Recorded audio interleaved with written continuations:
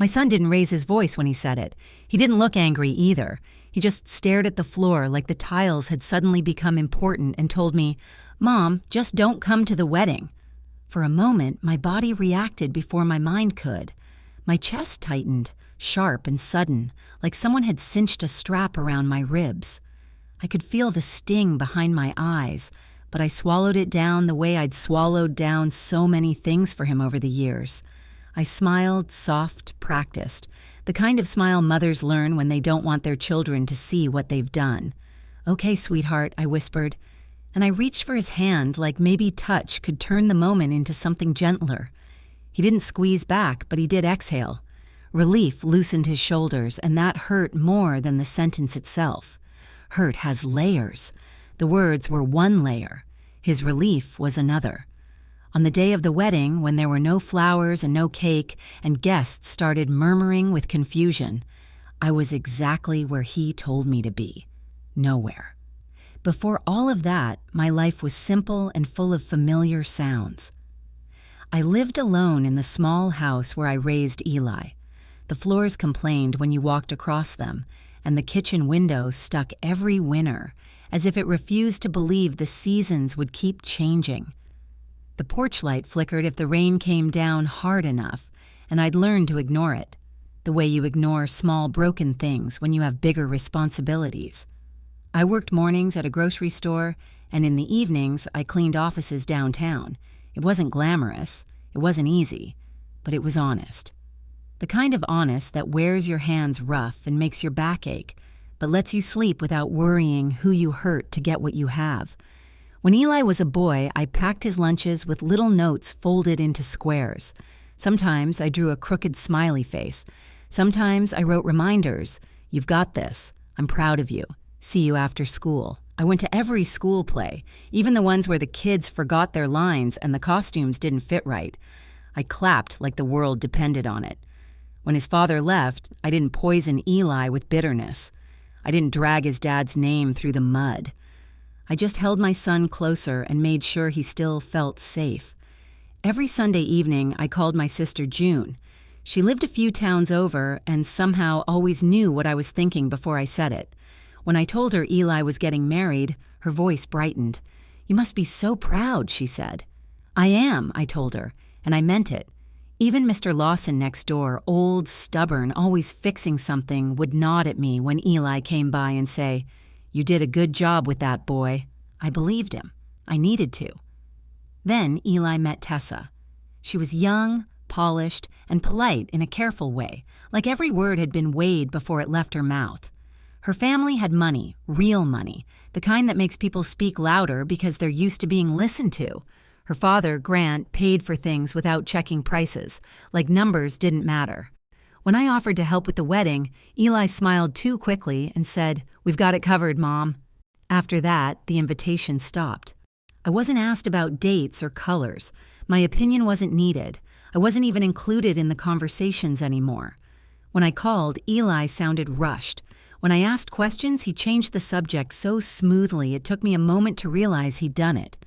I told myself it was normal. Kids grow up. They build their own lives. I didn't want to be the kind of mother who clings and crowds and makes everything about herself.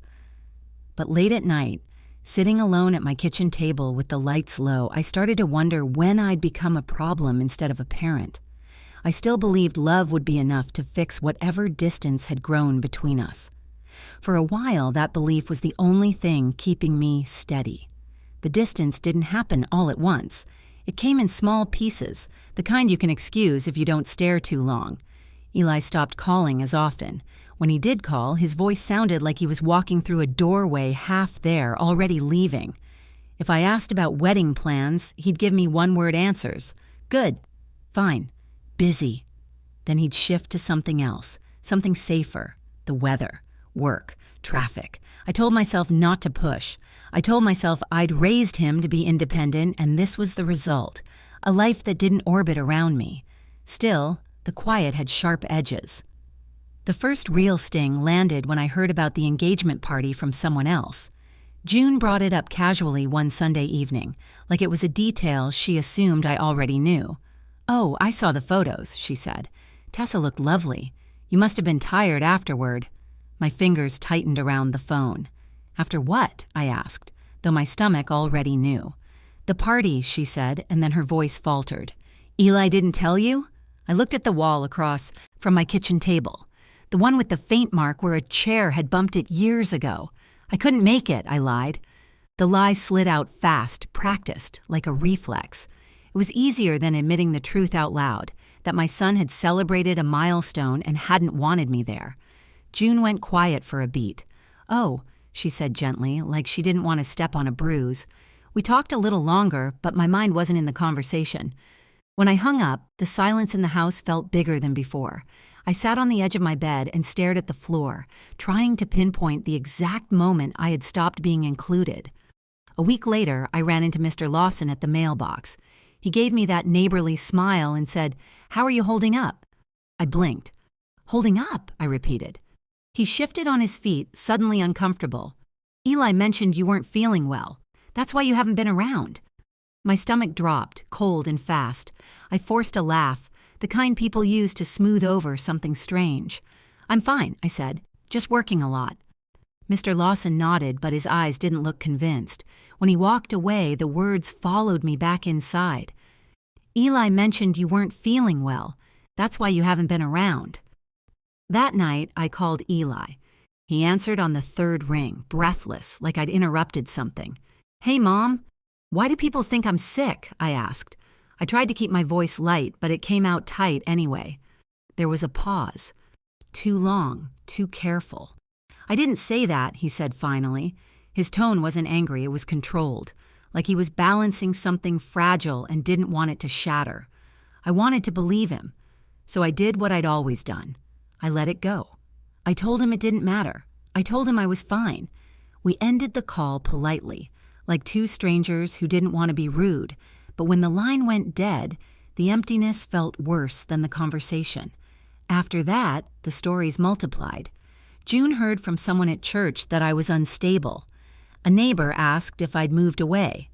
Another person, someone I barely knew, looked at me with pity and asked how I was doing these days, like I'd suffered some tragedy I hadn't been informed about. Every time I smiled and corrected them. Inside, something twisted, slow, painful, and unmistakable.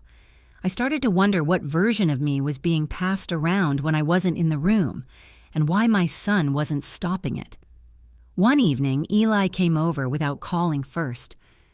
He stood in my kitchen and didn't take his jacket off. He didn't sit down. He kept glancing at the clock like he'd promised someone he wouldn't be long. I offered coffee. He shook his head. That was when I knew something was coming. "Mom," he said, and his voice went gentler than usual. "We need to talk." "Mom," Eli said again, and the way he said it soft, careful, made my skin prickle. He stood by the counter like he didn't belong in the room he grew up in. His eyes wouldn't settle on mine. I waited. He rubbed his hands together the way he used to when he was nervous as a kid. "It would be better if you didn't come to the wedding," he said. The sentence didn't land all at once. It arrived like a slow bruise, spreading outward. I kept my face still. Mothers learn that too, how to stay steady when something inside them cracks. "Why?" I asked. He swallowed. "It's complicated." "Then explain it," I said, and I heard how calm my voice sounded, which felt almost like leaving my body, like the words belonged to someone else. He glanced at the clock again. "Tessa's family, they won't understand." "Understand what?" I asked. "Me?" His jaw tightened. He didn't answer right away, and that silence was its own confession. "You told them something," I said. "What did you tell them about me?" He exhaled through his nose. "I just want everyone to be comfortable." "And I make them uncomfortable," I said, not as a question. He didn't say yes. He didn't say no. He only stood there, trapped between the version of himself he was trying to become and the mother he was trying to put away. That quiet told me everything. I felt my chest ache, but I kept my shoulders straight. "Okay," I said, and the word tasted bitter. He looked relieved again, just like before, and then he did something that made it worse. He reached out and patted my arm, quick and awkward, like you comfort someone you don't know well. "Thank you." he said, like I'd agreed to a minor inconvenience instead of disappearing from my own child's life. When he left, I didn't cry right away. I stood at the sink and stared at the window, watching the porch light flicker even though it hadn't rained. Then the tears came. Quiet, steady, the kind that don't ask permission. I thought about every extra shift I'd taken, every bill paid on time because I skipped something for myself, every moment I'd held my pride in my throat so Eli wouldn't carry it. I never kept score because love wasn't supposed to be a transaction, but sitting. At that kitchen table, I couldn't stop the question from forming. How had all those years turned into something he needed to hide? A few days later, June showed up at my door without warning. She didn't take her coat off. Her face was already tight with anger. "I heard something," she said. I didn't even pretend I didn't know what she meant. I just let her in. She told me she'd overheard Grant in a restaurant talking loudly like he owned the air around him. He'd been bragging about paying for the wedding venue, food, everything. Someone had asked about me. June's mouth pressed into a hard line. "He laughed," she said, "and he said, 'Her mother isn't in the picture.' Like you were dead weight they'd cut loose." My hands started shaking in my lap. "That's what he said?" June nodded. "So what is Eli telling them?" That night, I didn't sleep. I lay in bed replaying every short phone call, every avoided question, every pause that had felt harmless until now. The pieces clicked into place with a sick clarity. I wasn't being left out by accident. I was being removed on purpose. And if people believed I was gone, it meant someone had been working hard to make it sound true. The next morning, I pulled out the folder where I kept important papers. Old insurance forms, tax documents, a few receipts I never threw away. Tucked inside was a vendor list Eli had mentioned once months ago, back when he still spoke to me like I was part of the process. I stared at the names until my vision steadied. Then I started making calls. The florist answered first. I gave my name. There was a pause, and then her voice brightened with professional relief. "Oh yes," she said. "You're listed as the contact. We've been waiting to hear from you." My heart pounded like it was trying to break free. I called the baker. Same thing. The venue manager confirmed it too. Cheerful and efficient. "All arrangements are under your name," she said. "We just need your final confirmation." That was the moment everything shifted. I wasn't just uninvited. I was being used, erased in public, while my name held the entire wedding together behind the scenes. The pressure in my chest changed shape. It wasn't only hurt anymore, it was clarity. And clarity doesn't beg, it decides. Once I understood what had been done, I stopped crying. The pain didn't vanish, but it settled into something firm, like a stone placed in my palm. I sat at the kitchen table with the vendor list spread out in front of me and realized I had a choice. I could call Eli and plead for an explanation, demand he fix it, ask him to love me loudly again, or I could accept what he'd already chosen and stop holding his lie together with my silence. I chose the second. The next morning, I called the florist. My voice sounded calm, steadier than I felt. "There's been a change," I told her. "I need to cancel the order." She hesitated. "Are you sure? The arrangements are quite large." "Yes," I said, "I'm sure." When I hung up, my hands shook, but relief flickered under the tremble. I called the baker next. He answered with cheerful confidence, talking about tiers and flavors as if joy could be measured in frosting. "I need to cancel," I said. His voice fell quiet. "Do you want to reschedule?" "No," I told him. "I want to cancel." The venue was last. The manager recognized my name immediately. "We've been trying to reach you," she said. "We still need final confirmation." "There won't be one," I said. "There won't be a wedding." She paused. Was there a problem? I looked at the light coming through my window, bright and plain. "Yes," I said. "A big one." After the calls, I waited for guilt to crash into me like a wave. It didn't. What I felt was tired. Not the tired that sleep fixes, but the tired that comes from carrying something heavy for too long and finally setting it down. I made tea and stared out the kitchen window until the steam stopped rising. Eli called that afternoon. I watched the phone ring until it stopped. He called again. Then a text appeared. "Mom, we need to talk." I turned the phone face down and didn't answer. For the first time in my life, I didn't rush to make things easier for him. June came by that evening. One look at my face and she said, "You did something." I told her everything. She listened, jaw tight, eyes sharp. When I finished, she nodded once. "Good," she said. "You didn't cause this. You just stopped pretending it wasn't happening." The night before the wedding, I slept better than I had in weeks. Not because I was happy, but because I wasn't lying to myself anymore. On the morning it was supposed to happen, I got dressed like it was any other day. I washed dishes. I watered the plants.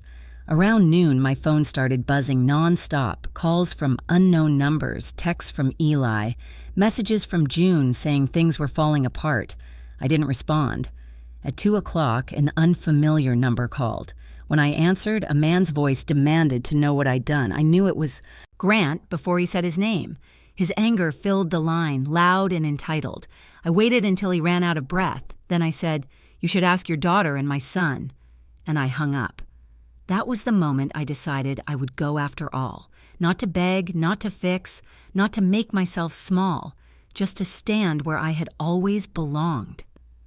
I put on my coat, looked at myself in the mirror, and said out loud, "You didn't disappear." Then I took my purse and left. When I arrived, the parking lot was full of confused guests. Inside, the hall was set but bare. No flowers, no cake, no music, only murmurs and sharp questions. Grant was red-faced near the front until he turned and saw me. "Who are you?" he demanded. I stepped forward. "I'm Eli's mother." His face shifted, confusion cracking into disbelief. "That's not possible," he said, and then his words tangled. "You told me your mother was—" "You told him I was what?" I asked. Eli stood behind him, pale, tie crooked, hands clenched. Tessa's eyes were wet, her expression splitting open. Grant turned on Eli. "You said she wasn't in your life. You said she was unstable. You said she was gone." He swallowed. "You said she was dead." The room went silent. I felt the truth land, heavy but clean. "I'm alive," I said quietly. "I just did what my son asked. I stayed away." Tessa stared at Eli like she'd never truly seen him. "You told me she didn't care," she whispered. Then she stepped back, shaking her head, and walked toward her parents. People began leaving in small groups, coats in hand, whispers trailing behind them. The wedding didn't end in shouting. It ended in truth, plain, irreversible. Eli looked at me, voice unsteady. "Mom." I met his eyes. "You didn't have to erase me," I said. "You could have just told the truth." He cried then, openly. "I was scared," he managed. "You didn't give them a chance," I said. And then I turned and walked out into the bright afternoon. Life hadn't stopped. Cars still passed. The sun still held the sky. I hadn't ruined anything. I'd simply stopped holding a lie together with my silence. And I knew, with a steadiness I hadn't felt in years, that I would never agree to disappear again.